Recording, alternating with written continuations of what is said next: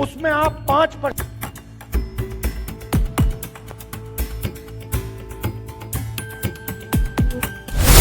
जो भी इस देश में 3000 साल से जो भी दलितों की, आदिवासियों की, पिछड़ों की, गरीबों की बात करता है, उसका माइक ऑफ हो जाता है। माइक जितना ऑफ करना है करो, मुझे जो बोलना है मैं बोलूंगा। आपको हिंदुस्तान की 200 सबसे बड़ी कंपनियों की मालिकों की लिस्ट में एक ओबीसी नहीं मिलेगा, एक दलित नहीं मिलेगा, एक पिछड़े वर्ग का नहीं मिलेगा। इनके सामने दीवार खड़ी है और उस दीवार को नरेंद्र मोदी और आरएसएस मजबूत करते जा रहे हैं।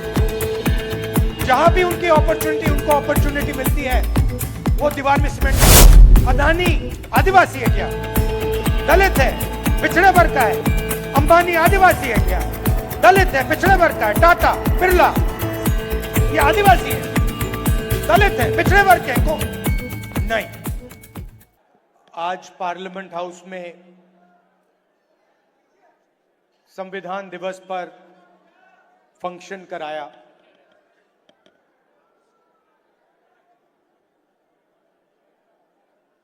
ये हिंदुस्तान का संविधान है। मैं आपको गारंटी देकर कह रहा हूं कि नरेंद्र मोदी जी ने इस किताब को नहीं पढ़ा है, क्योंकि अगर नरेंद्र मोदी जी ने ये किताब पढ़ी होती तो वो जो रोज करते हैं वो नहीं करते। ये इसको हम संविधान कहते हैं और इसको किताब का फॉर्म दे रखा है, मगर ये एक किताब नहीं है। ये हिंदुस्तान की हजारों साल की सोच है और 21वीं सदी में हिंदुस्तान की जो कहो सोशल एम्पावरमेंट की जो सोच है, अंबेडकर जी की, फूले जी की, बुद्ध भगवान की, गांधी जी की, वो इसके अंदर है। आप किसी भी स्टेट में चले जाइए, केरला में नारायण गुरु जी, कर्नाटक में बसवना जी, फूले जी, शिवाजी महाराज, हर स्टेट में आपको ऐसे 2-3 नाम मिलेंगे जिनकी सोच इस किताब में आपको मिलेगी। मैं आपसे पूछना चाहता हूं, इसमें सावरकर जी की आवाज है क्या? इसमें कहीं लिखा है कि हिंसा का प्रयोग करना चाहिए? इसमें कहीं लिखा है कि किसी व्यक्ति को मारना चाहिए, डराना चाहिए, काटना चाहिए? कहीं लिखा है इस किताब में? इस किताब में लिखा है कि झूठ का प्रयोग कर कर सरकार चलानी चाहिए? मुझे दिखा दो कहां लिखा है इसमें। तो यह सत्य और अहिंसा की किताब है। सिंपल सी बात है, यह हिंदुस्तान का सत्य है और यह अहिंसा का रास्ता दिखाता है।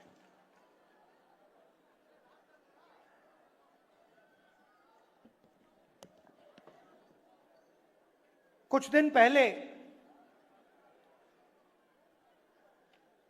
तेलंगाना में हमने कास्ट सेंसस का काम शुरू किया।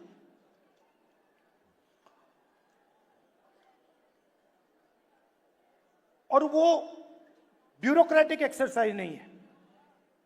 पहली बार कास्ट सेंसस को तेलंगाना में जनता की एक्सरसाइज बना दिया गया है। जो सवाल पूछे जा रहे हैं वो बंद कमरे में 10-15 लोग नहीं चुन रहे हैं। वो लाखों लोग, उसमें दलित, आदिवासी, पिछड़े वर्ग के लोग, गरीब जनरल कास्ट के लोग, माइनॉरिटी के लोग, सब लोग हैं। और तेलंगाना की जनता ने सेंसस डिजाइन किया है। ऐतिहासिक कदम है। और जो हम तेलंगाना में कर रहे हैं, जहां भी हमारी सरकार आएगी, जिस स्टेट में, चाहे कर्नाटक हो, तेलंगाना हो, और आने वाले समय में जहां भी हमारी सरकार आएगी, हम उसी प्रकार से जाति जनगणना को करेंगे।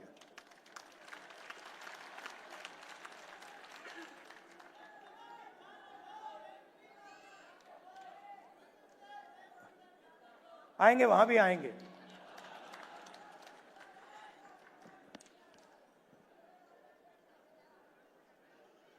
जाति जनगणना क्यों?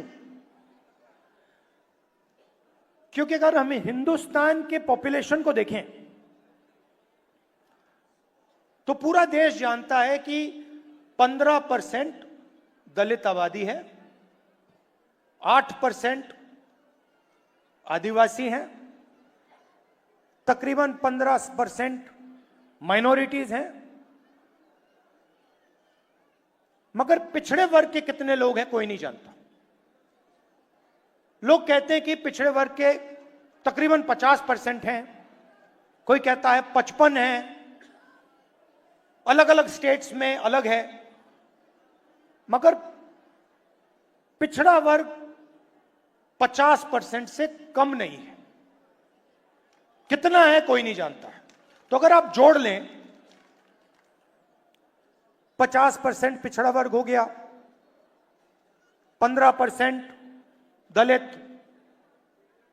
तकरीबन 8% आदिवासी, 15% माइनॉरिटी, तो तकरीबन 90% हिंदुस्तान की आबादी इन वर्गों में से आती है। उसमें आप 5%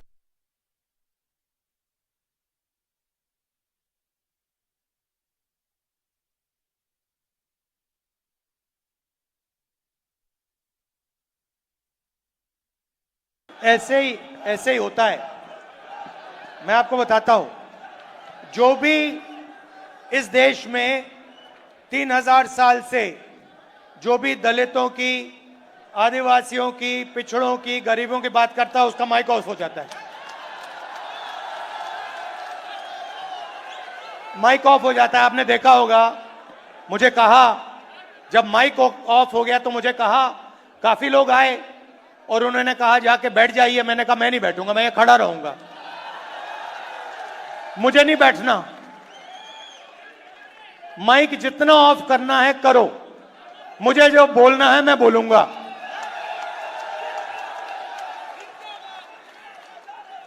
यहां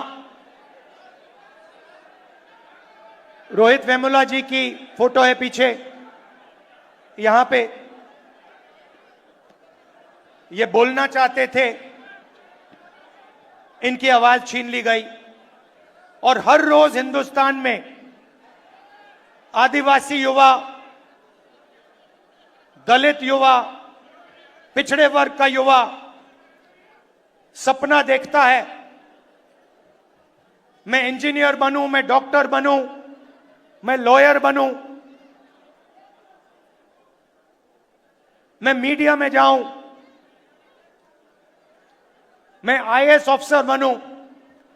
मगर सच्चाई यह है कि इस देश का पूरा सिस्टम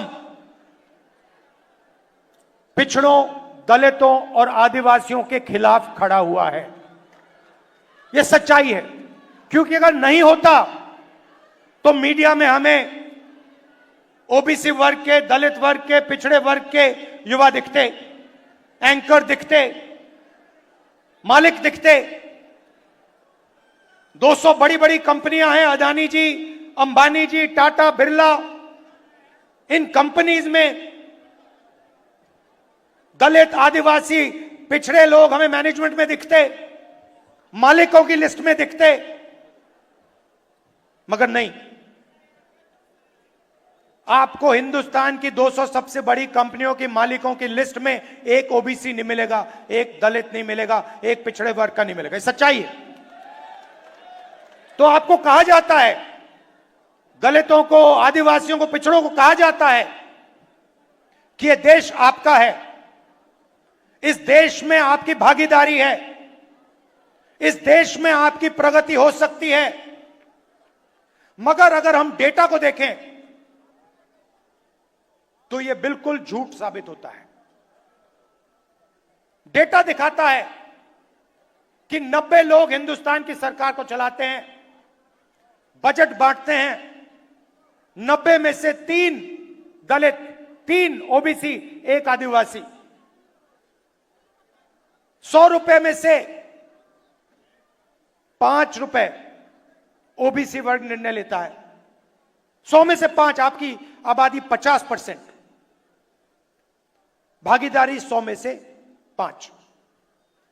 दलित भागीदारी 15%, आबादी 15%, भागीदारी 100 रुपए में से 1 रुपया। आदिवासी 8% आबादी, भागीदारी 100 रुपए में से 10 पैसा।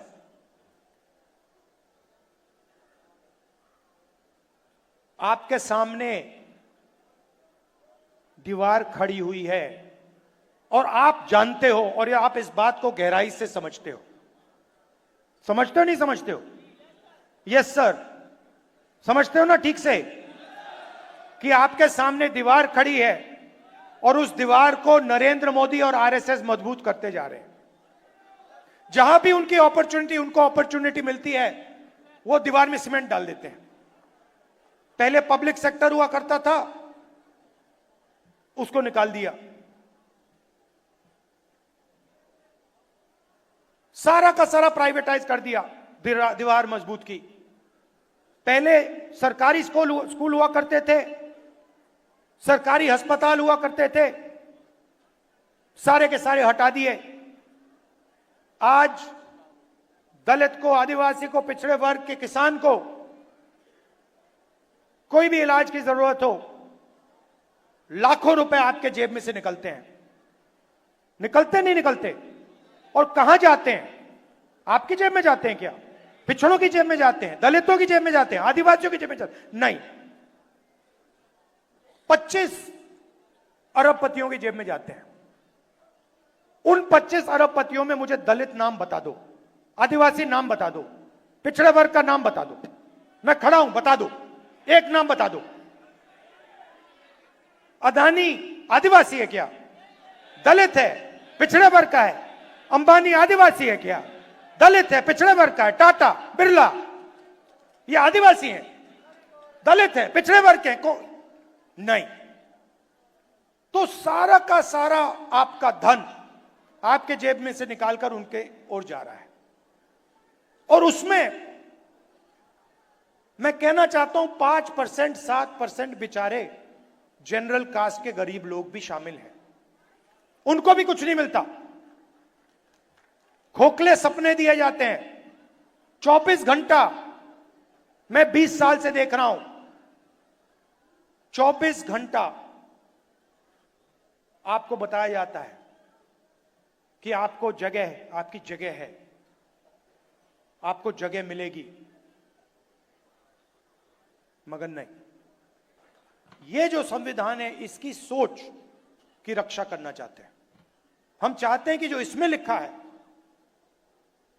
कि हिंदुस्तान के सब लोग एक समान हैं, 1 मैन 1 वोट, इक्वालिटी, फ्रेटर्निटी, उसके लिए हम लड़ रहे हैं और यह काम हम पूरा करके आपको देंगे। मैं चाहता हूं, यहां आपने मीटिंग की, मैं चाहता हूं कि जाति जनगणना का जो मैसेज है और 50% रिजर्वेशन का जो मैसेज है, आप सब हिंदुस्तान के गांव-गांव में, हर शहर में, हर सड़क में आप जाके फैलाओ।